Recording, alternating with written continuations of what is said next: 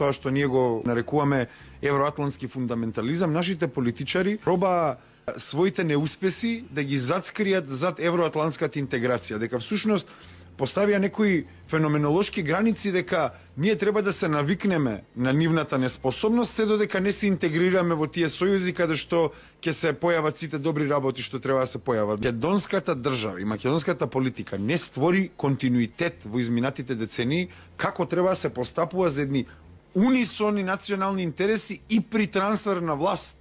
Една здрава држава не ги напушта своите надворешно политички интереси, своите национални интереси кога ќе се случи трансфер на власт.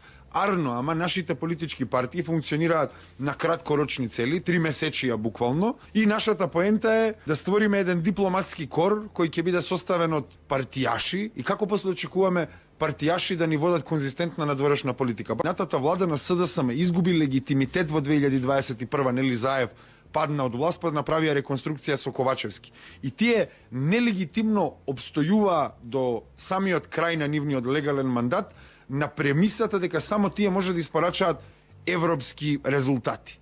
Тоа е одлика на политичка авторитарност. Значи ти кога немаш легитимитет и се оправдуваш преку некои цели кои се абстрактни, кои не може да се опипаат, а не всушност од народот ти произлегува мандатот, тоа е политичка авторитарност.